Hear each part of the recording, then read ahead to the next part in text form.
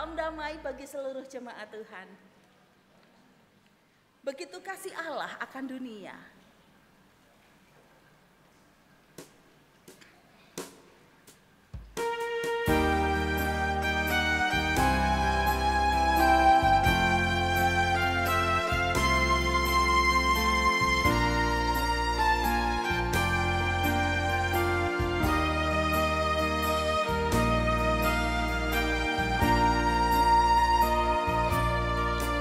Begitu kasih Allah akan dunia, diberikan anaknya yang satu-satunya, supaya yang percaya tidak binasa, tapi hidup selamanya.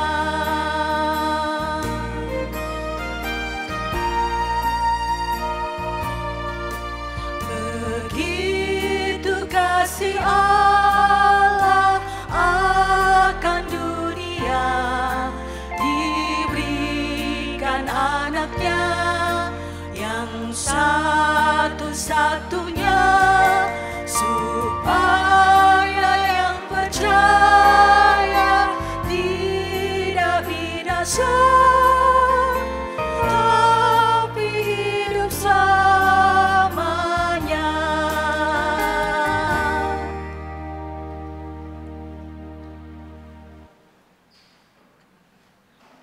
Mari jemaat, sebelum kita bersama-sama mendengarkan sabda firman Tuhan, kita satukan hati kita dalam kerendahan hati, kita berdoa.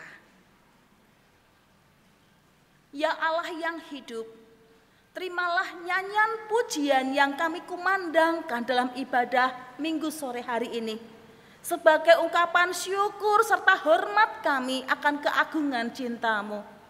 Dan sekarang ya Allah, kami akan bersama-sama mendengarkan sabda firman-Mu, firman kebenaran dan hidup. Namun kami juga mengakui keterbatasan pendengaran kami yang tidak sempurna di dalam mendengar firman-Mu. Kami juga mengakui keterbatasan pengetahuan kami, akal budi kami yang tidak sempurna untuk memahami dan mengerti akan firman-Mu. Terlebih kami juga menyadari betapa daya juang kami rapuh untuk bisa melakukan perkataan firman-Mu. Itulah sebabnya ya Allah, kami mohon Roh Allah, Roh kebenaran, Roh yang hidup, Roh Kudus menyentuh setiap pendengaran kami, menyentuh akal budi kami, menyentuh seluruh hidup kami, supaya kami dimampukan mengingat firman-Mu, dimampukan memegang teguh perkataan firman-Mu, dimampukan untuk mengerjakan perkataan firman-Mu. Pakai dan urapi hamba-Mu dalam menyampaikan berita firman-Mu, hamba-Mu yang penuh dengan kelemahan dan keterbatasan. Kiranya Roh Kudus berkenan untuk mengurapi, sehingga berita firman Tuhan menguatkan siapa saja yang sedang menghadapi kelemahan. Firman-Mu memberikan penghiburan bagi siapa saja yang sedang susah hatinya. Dan firman-Mu menegakkan kembali setiap pribadi yang sedang putus asa. Terima kasih ya Allah, kami sambut berita firman-Mu dengan hati yang terbuka. Di dalam nama Tuhan kami Yesus Kristus. Haleluya. Amin.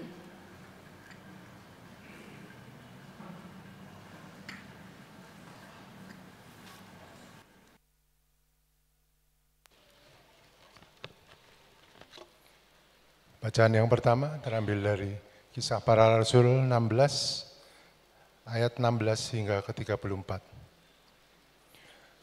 Suatu kali ketika kami pergi ke tempat sembahyang itu, kamu bertemu dengan seorang budak perempuan yang mempunyai roh tenung. Dengan tenung-tenungnya, Tuhan memperoleh penghasilan besar. Ia mengikuti Paulus dan kami dari belakang sambil berseru, "Orang-orang ini hamba Allah yang maha tinggi. Mereka memberitakan kepadamu jalan keselamatan." Hal itu dilakukannya selama beberapa hari. Namun, ketika Paulus sudah tidak tahan lagi, ia berpaling dan berkata kepada roh itu, "Dalam nama Yesus Kristus, kuperintahkan engkau keluar dari perempuan ini." Seketika itu juga keluarlah roh itu. Ketika tuan-tuan perempuan itu melihat bahwa harapan mereka untuk mendapat penghasilan telah lenyap, mereka menangkap Paulus dan Silas, lalu menyeret mereka ke pasar untuk menghadap para penguasa. Setelah mereka membawa keduanya menghadap pembesar-pembesar kota itu, berkatalah mereka, "Orang ini mengacau kota ini. Mereka itu orang Yahudi dan mereka mengajarkan adat istiadat yang tidak boleh diterima atau dituruti oleh kita orang Roma." Juga orang banyak bangkit menentang mereka, lalu pembesar-pembesar kota itu menyuruh mengoyakkan pakaian dari tubuh mereka dan mendera mereka. Setelah mereka berkali-kali didera, mereka dijebloskan ke dalam penjara. Kepala penjara diperintahkan untuk menjaga mereka dengan sungguh-sungguh.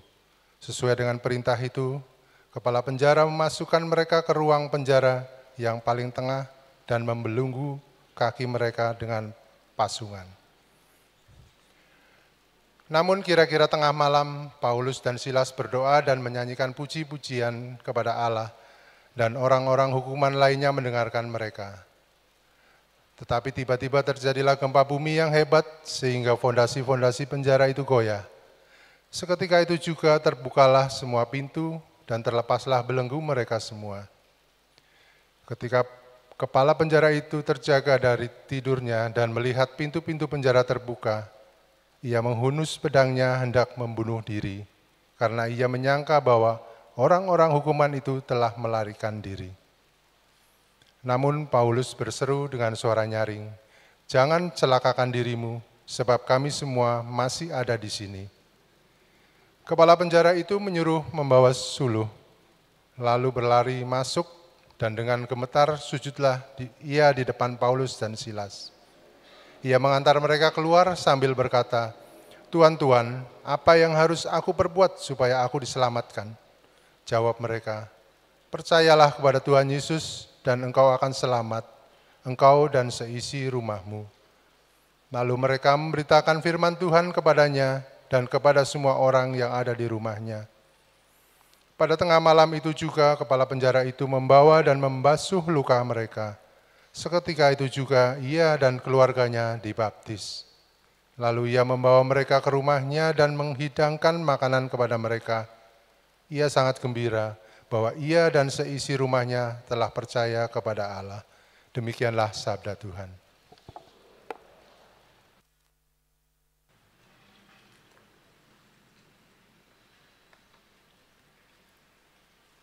Kita sambut bacaan pertama dengan Mazmur 97, kita nyanyikan bersama-sama.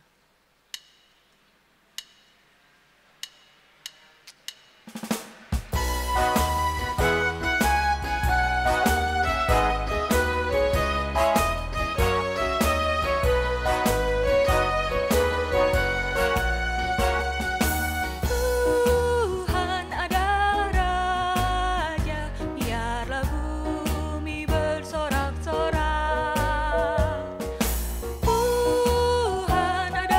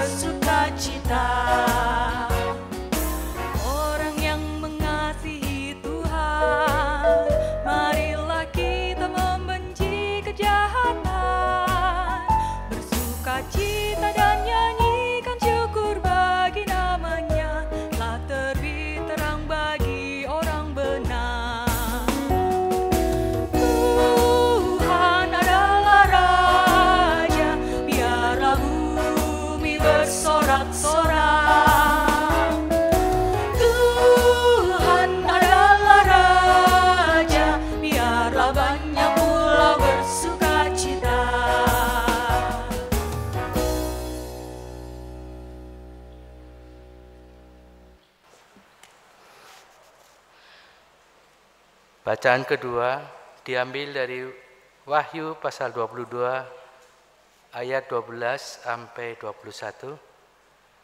Wahyu 22 ayat 12 sampai 21. Sesungguhnya aku datang segera dan aku membawa upahku untuk membalaskan kepada setiap orang menurut perbuatannya. Akulah Alfa dan Omega, yang pertama dan yang terkemudian, yang awal dan yang akhir. Berbahagialah mereka yang membasuh jubahnya. Mereka akan memperoleh hak atas pohon kehidupan dan masuk melalui pintu-pintu gerbang ke dalam kota itu. Namun anjing-anjing dan tukang-tukang sihir, orang-orang yang berbuat cabul, pembunuh-pembunuh, penyembah-penyembah berhala, dan setiap orang yang mencintai dusta dan melakukannya tinggal di luar. Aku, Yesus, telah mengutus malaikatku untuk bersaksi tentang semuanya ini kepada kamu. Bagi jemaat-jemaat, akulah tunas, yaitu keturunan Daud, bintang timur yang gilang gemilang. Roh dan pengantin perempuan itu berkata, marilah, siapa yang mendengarnya, hendaklah ia berkata, marilah, siapa yang haus, hendaklah ia datang, dan siapa yang mau, hendaklah ia mengambil air kehidupan dengan cuma-cuma. Aku bersaksi kepada setiap orang yang mendengar perkataan-perkataan nubuat kitab ini. Jika seseorang menambahkan sesuatu kepada perkataan-perkataan ini, Allah akan menambahkan kepadanya malapetaka yang tertulis di dalam kitab ini. Jikalau seseorang mengurangkan sesuatu dari perkataan kitab nubuat ini, Allah akan mengambil bagiannya dari pohon kehidupan dan dari kota kudus, seperti yang tertulis dalam kitab ini. Ia yang bersaksi tentang semuanya ini berfirman, ya, aku datang segera. Amin. Datanglah Tuhan Yesus. Anugerah Tuhan Yesus menyertai kamu sekalian. Demikianlah sabda Tuhan. Pembacaan Injil dari Yohanes pasal 17 ayat 20 sampai ayat 26. Dan bukan untuk mereka ini saja aku berdoa, tetapi juga untuk orang-orang yang percaya kepadaku oleh pemberitaan mereka, supaya mereka semua menjadi satu, sama seperti Engkau ya Bapa, di dalam aku dan aku di dalam Engkau, agar mereka juga di dalam kita, supaya dunia percaya bahwa Engkaulah yang telah mengutus aku.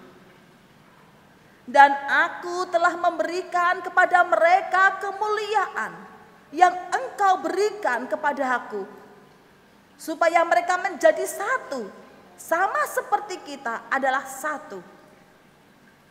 Aku di dalam mereka dan Engkau di dalam aku, supaya mereka sempurna menjadi satu, agar dunia tahu bahwa Engkau yang telah mengutus aku, dan bahwa Engkau yang telah mengutus aku, dan bahwa Engkau mengasihi mereka sama seperti Engkau mengasihi aku.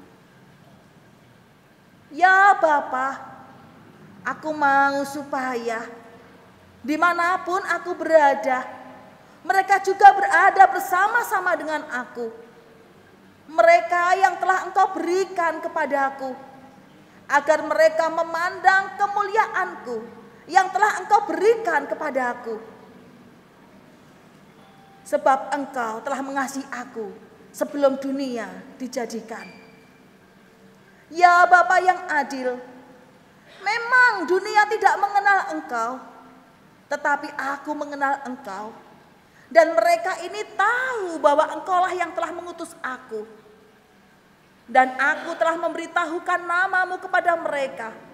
Dan aku akan memberitahukannya, supaya kasih yang Engkau berikan kepadaku ada di dalam mereka, dan aku di dalam mereka. Amin. Demikianlah bacaan firman Tuhan.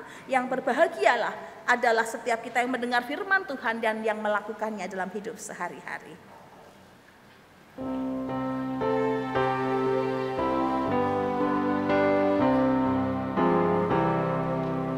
Haleluya, haleluya, haleluya, haleluya.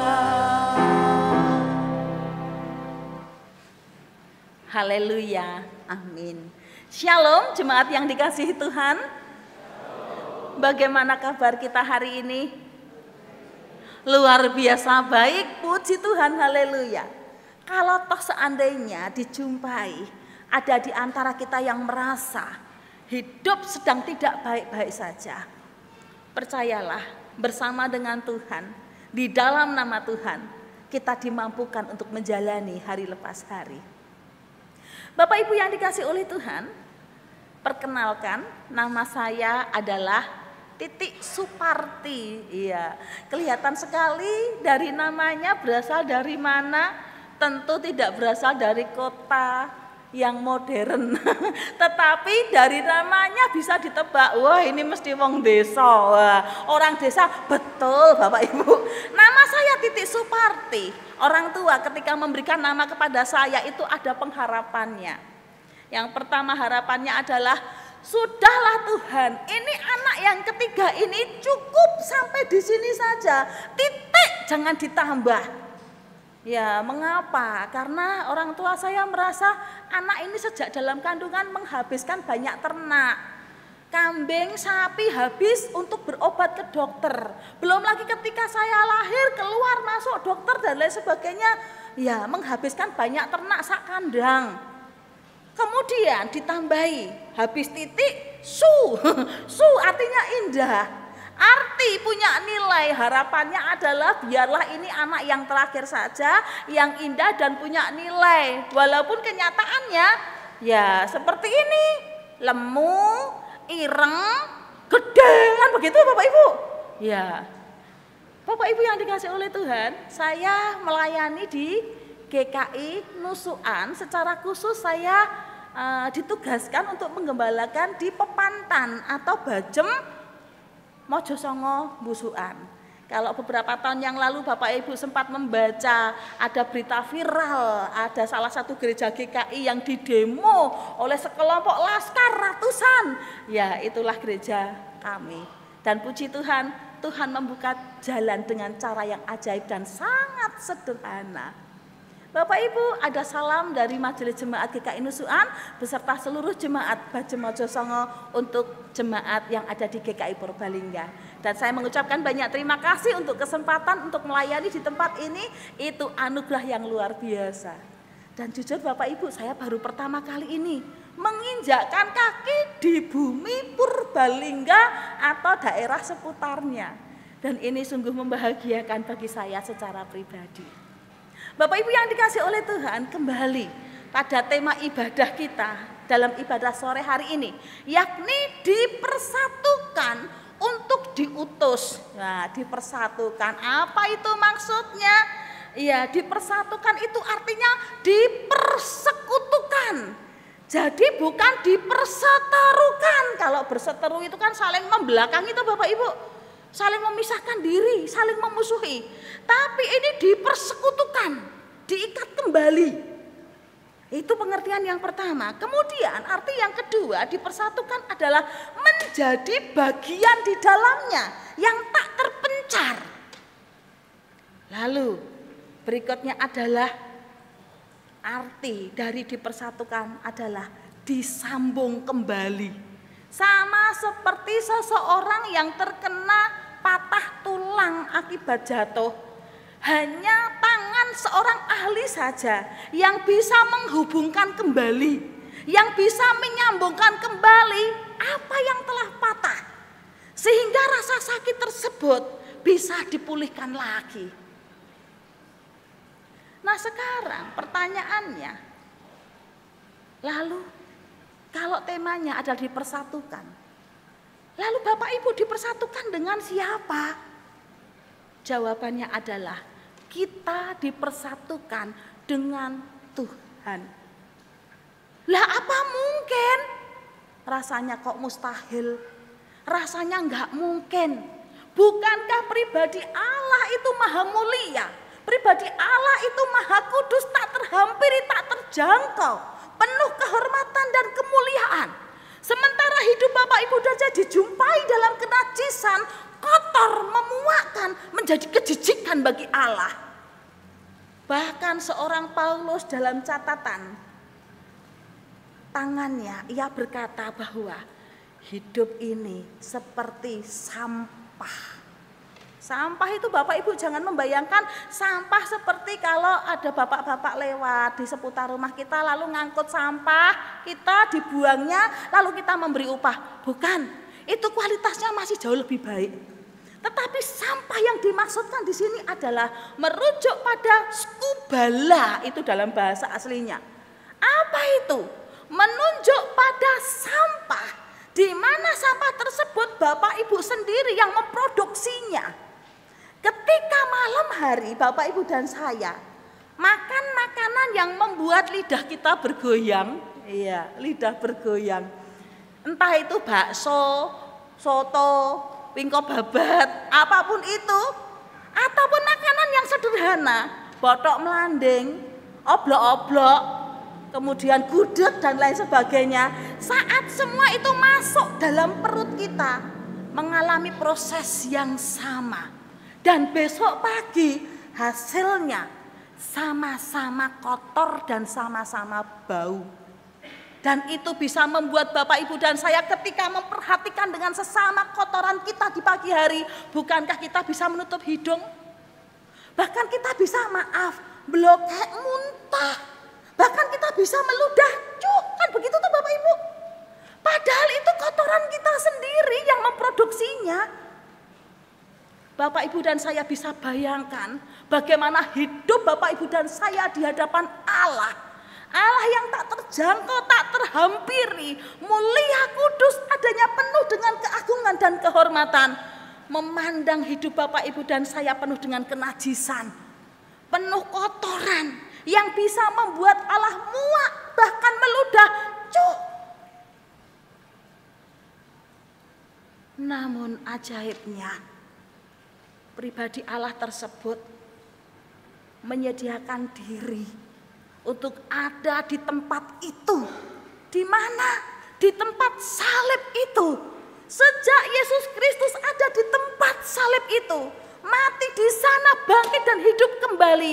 Bapak, Ibu dan saya yang sangat jauh hubungannya dari Allah, yang membuat Allah muak dan bisa meludah, tetapi dihubungkan kembali, disatukan kembali, kita diterimanya kembali tanpa memandang bagaimana rupa kita. Pengorbanannya menghapuskan segala kusta kita, pengorbanannya menghapuskan segala kenajisan kita, dan kita dijadikannya satu di dalam Allah. Dan penyatuan ini tidak akan terpisahkan. Ajaib, penuh anugerah sampai selama-lamanya dan sampai selama-lamanya. Sebagaimana Bapa dan Anak satu adanya, tidak terpisahkan. Ibu Bapak, mungkin kita berpikir, mosok sih saya yang rapuh ini satu di dalam Dia? Bukankah kenyataannya kita tetap menghadapi kerapuhan? Ibu Bapak, sekuat apapun kita, setinggi apapun jabatan kita, sebesar apapun gaji penghasilan kita, sehebat apapun nama kita, ingat kita penuh kerapuhan. Dan kita ada hanya karena anugerahnya yang ajaib. Sebelum saya bekerja sama dengan GKI Nusuan, Saya bekerja mengajar di SD Tarakanita Solo Baru, kurang lebih 8 tahunan.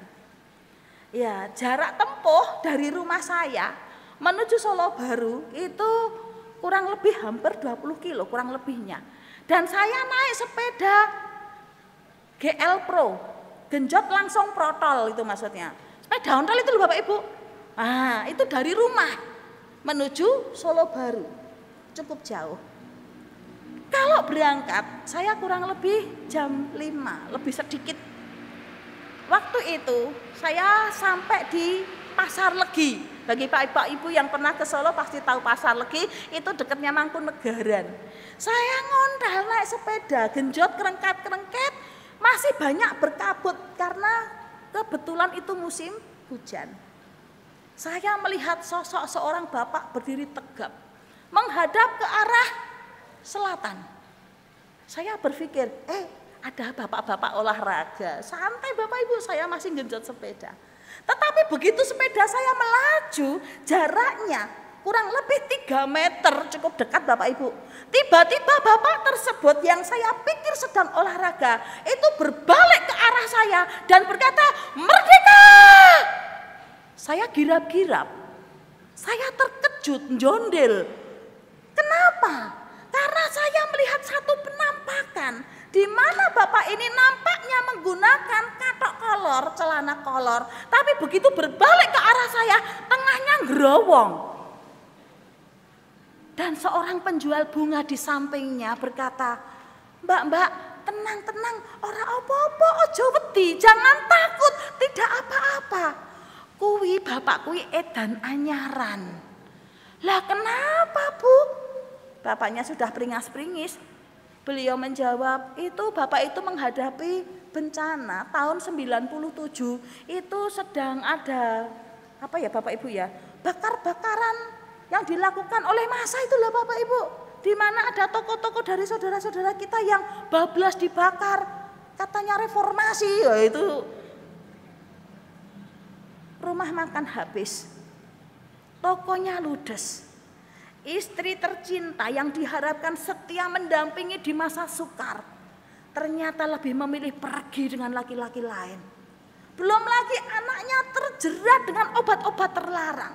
Menghadapi situasi seperti itu Mbak, sapa wonge sing gak mendring. Bapak Ibu Saudara yang dikasih oleh Tuhan, apakah Bapak Ibu dan saya merasa lebih kuat dari Bapak tadi? Sekuat apapun kita penuh dengan kerapuhan dan kelemahan.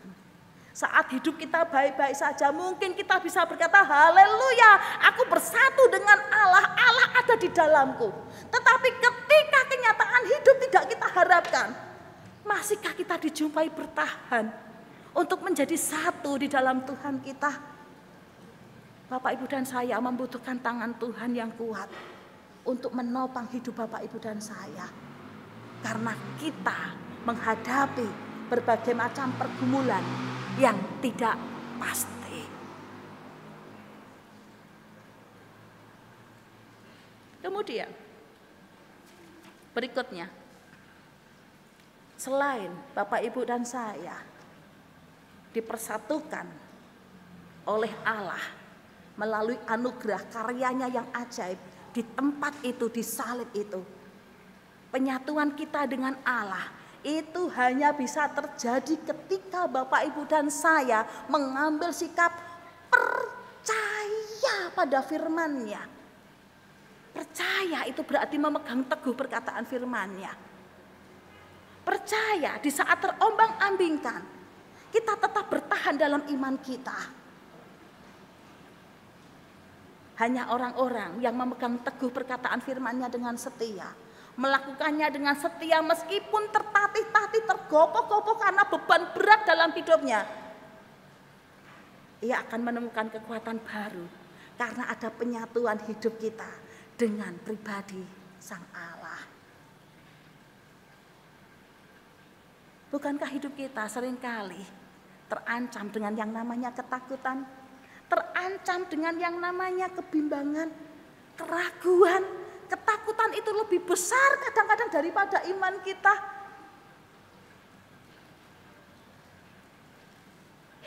karena hidup di desa, bapak saya kalau malam hari itu suka menunggu air.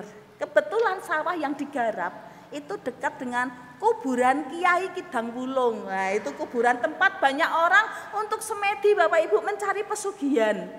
Mencari keselamatan ayam tentrem, banyak orang berkumpul di sana. Terutama malam Jumat Kliwon. Bapak saya jam 10, 11, 12, 1, 2 sampai jam 3 bahkan 4 pagi. Ketika sawah itu kekurangan air, Bapak jaga air ketika itu sudah menjadi jatah untuk pengairan di ladangnya atau di sawahnya. Tengah malam jam 12 Bapak Ibu, ibu saya gugah saya. Ndok, tik, tangi, bangun. Ayo kita nganter Bapak makanan dan minuman. Kasihan Bapakmu haus dan lapar. Ayo kita ke sana. Saya mikir, jam 12 malam ya sih Mbok? Kayak gerimis ya? Ya saya juga perintang-perinding. Oke, ayo berangkat. Ya, akhirnya berdua kita jalan kaki Bapak Ibu menuju sawah yang berdampingan dengan Kiai Kidang Wulung, bahkan harus melewati pintu area kuburan tersebut. Dari rumah menuju ke lokasi tidak ada tanda-tanda. Tetapi begitu kami memasuki area pintu kuburan Kiai Kidang Wulung, tiba-tiba muncul suara seperti pohon buah kelapa jatuh dan pohon itu seperti bergoyang. Lalu mak telebok, mak buk, itu bunyinya. Ibu saya pikirnya mau nengking setan. Saya nggak tahu itu setan atau bukan, saya tidak mengerti. Tapi yang jelas ibu saya orang GKJ, anaknya orang GKI. Tidak terbiasa nengking setan toh Bapak Ibu. Ibu saya dalam ketakutan tersebut mencoba untuk mengusir setan dengan berdoa, dalam nama Yesus kita bersaudara. Lah saya jengkirat, saya kaget. Loh, oh ya sudah, saya pegang tangannya sudah dingin. Karena ketakutan, saya berkata, sudah sih Mbok jangan takut, enggak apa-apa. Percaya sama Tuhan. Iyo. Dan akhirnya bisa melewati itu. Begitu kita balik, saya baru berkata kepada si Mbok, tadi si Mbok nengking setannya salah. Loh piye? Harusnya si Mbok berkata, ing asmane Gusti Yesus setan sumingkir. Setan pergi. Tetapi si Mbok berkata dalam nama Yesus kita bersaudara. Lah, Bapak Ibu, toh ketika kita salah ucap dalam doa, Tuhan tetap melindungi kan? Tuhan tidak mengizinkan penampakan setan yang lebih horor. Mata kami tidak melihat apapun. Padahal ibu saya salah dalam doa. Tetapi Dia yang Maha Mulia sangat mengerti apa yang kita butuhkan.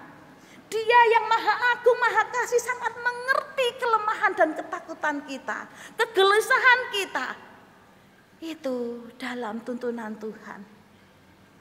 Bapak Ibu, saat kita menghadapi berbagai macam pergumulan, bukankah ketakutan, kekhawatiran, kesedihan kadang mengendalikan pikiran kita? Ketika kita mencoba untuk datang kepada Tuhan dan ternyata kita salah memahami kasih-Nya Tuhan, kita salah mengerti akan penyertaan Tuhan, toh Tuhan tidak langsung ngampleng Bapak Ibu dan saya, tidak langsung menghakimi kita, tetapi Allah mengerti isi hati kita, pergumulan kita. Jadi karena kita dan Bapa adalah satu, kita dan Tuhan adalah satu di dalamnya. Apapun pergumulan hidup kita, sampaikanlah kepada Tuhanmu. Sesuai dengan bahasa yang kita tahu dan kita mengerti, sampaikan kepada Tuhan. Kemudian berikutnya, dengan siapa lagi Bapak Ibu dan saya dipersatukan? Kalau tadi kita dipersatukan dengan Tuhan. Yang kedua, Bapak Ibu dan saya dipersatukan dengan sesama. Kalau kita menyatu dengan orang-orang seputar yang kita anggap sama, maaf saya minum dulu.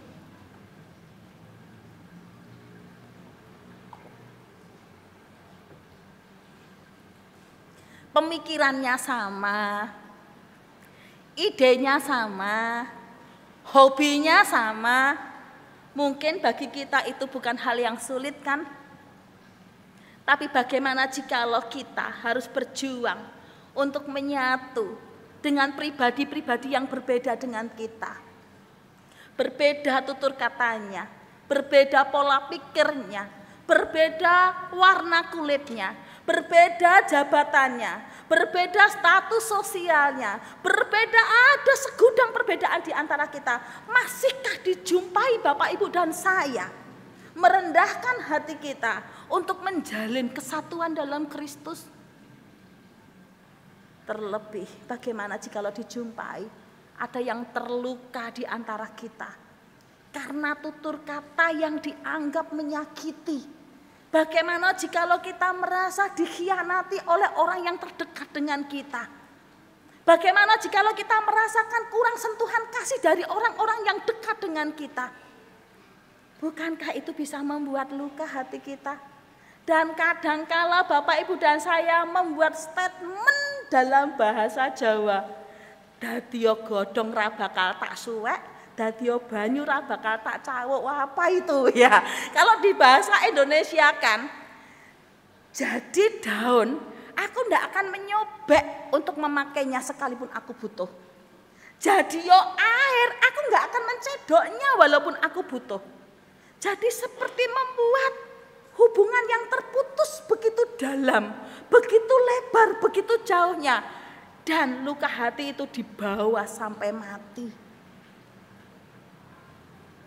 Ibu bapak, sebagaimana Allah memandang Bapak Ibu dan saya yang tidak pantas untuk dipandang, yang merangkul kita yang tidak pantas untuk dirangkul, tapi Dia menerima. Karena karyanya di tempat itu, di salib itu, Dia melayakkan kita. Lalu siapa Bapak Ibu dan saya hingga kita memandang sesama kita lebih rendah daripada kita? Hingga kita menutup pintu pengampunan bagi sesama kita. Tidak akan pernah terjadi yang namanya penyatuan kalau Bapak Ibu dan saya tidak memberikan tangan dengan rendah hati. Mari kita bergandengan tangan, saling menerima, saling mengampuni, saling memperhatikan, saling menopang. Menyatu itu tidak harus seragam. Kalau yang satu hijau harus hijau semua, tidak. Tetapi menyatu itu berarti beragam, saling melengkapi, saling memberi warna satu dengan yang lainnya. Kemudian berikutnya, untuk apa Bapak Ibu dan saya dipersatukan? Baik dipersatukan dengan pribadi Allah maupun dengan pribadi sesama. Yakni supaya Bapak Ibu dan saya memberitakan kabar keselamatan. Supaya Bapak Ibu dan saya dijadikan alatnya Tuhan untuk membawa sebanyak mungkin orang datang kepada Kristus. Baik lewat pemberitaan, kata kalimat kita, ucapan lidah kita, maupun lewat perbuatan hidup Bapak Ibu dan saya. Ibu Bapak, saya punya Mbah Tiri, Mbah Kualon kalau bahasa Jawa. Si mbah saya itu istrinya 5, itu yang resmi. Yang tidak resmi itu banyak. Hubungan kami sangat jauh dan disertai penuh kebencian. Karena mbah saya salah satu aliran garis keras. Hubungan dengan ibu sangat jauh, dengan cucu sangat jauh. Kami berulang kali datang ke rumahnya, tapi selalu berkata, "Ndang pergio sana, ndang mulai kono, aku ora butuh kedatanganmu." Ya tentu sebagai cucu kita semua terluka, termasuk ibu saya. Mbah Kualon saya ini punya komitmen, aku sok bakale ra bakal melu anak tiriku. Aku berjanji bersumpah dengan sungguh-sungguh. Suatu kali mbah saya ini kena serangan stroke parah Bapak Ibu. Dia hanya mangap begini sambil kelap-kelap matanya, koma. Dan segala apa yang dimiliki sudah diserahkan kepada keponakannya. Dengan harapan besok kalau aku jompo, aku diopeni, dipelihara sama keponakanku. Tapi apa yang terjadi? Nihil. Hingga akhirnya si mbah saya datang ke rumah kami, ndodok pintu memohon belas kasihan ibu saya. "Ndok Riap, anakku, tulung ono aku anakmu, simbokmu kae meh tak bawa ke rumah ini, terimalah. Ibu saya terdiam Bapak Ibu. Lalu ibu saya menjawab, saya butuh waktu untuk berdoa kepada Tuhan saja. 2 hari berlalu akhirnya ibu memberikan jawaban, Mbah, hanya karena nama Yesus saya mau terima dengan ketulusan hati. Akhirnya Mbah Tiri dibawa ke rumah. Ibu saya menyambut dengan terbuka. Disiapkannya piranti-piranti ibadah. Diberitahu Mbah kalau mau ibadah hadap sana ya. Dirawatnya sampai Mbah saya itu bisa berjalan, bisa makan sendiri. Ibu saya menggunakan punggungnya untuk menggendong Mbah saya bertahun-tahun, 15 tahun lebih. Menggendong Mbah saya ketika mau ke kamar mandi. Memandikannya, mengramasinya, menyuapinya. Dia gunakan punggungnya untuk menggendong. Sampai bisa berjalan. Suatu kali tiba-tiba Mbah Putri ini berkata, Nduk, sini ya Cah Ayu. Aku kepengen tepang itu pengen kenal. Aku pengen kenalan karo Gusti Allahmu. Ento ora. Wah, ibu saya terperanjat. Boleh Mbah. Akhirnya panggil pendeta, lalu Mbah Putri dibaptiskan dalam nama Yesus. Mbah saya berkata, betapa sabarnya Tuhan Allahmu yang aku temukan dalam pribadimu yang begitu sabar, menerima dan mengampuni aku begitu rupa. Bapak Ibu yang dikasih oleh Tuhan, apakah Mbah saya terima Yesus karena pemberitaan Injil dari saya, cucunya yang sekolah teologi ya? Sama sekali tidak Bapak Ibu. Apakah mendengarkan khotbah-khotbah pendeta? Tidak. Tetapi menjumpai sikap yang ditampilkan simbok saya, penuh cinta kesabaran, itu mampu menggugah hatinya. Aku mau kenal sama Tuhanmu. Bapak Ibu, kita pun mendapatkan tugas yang sama. Mari kita bawa sebanyak mungkin orang datang kepada Yesus, makin dekat pada Yesus, lewat tutur kata kita, lewat pengampunan kita, lewat kasih kita. Kemudian yang terakhir, sampai kapan tugas itu? Dalam bacaan Wahyu disebutkan sampai aku datang, sampai Yesus Kristus datang kedua kali. Itu waktu yang ditentukan oleh Tuhan. Mungkin Bapak Ibu dan saya bertanya, kapan datangnya?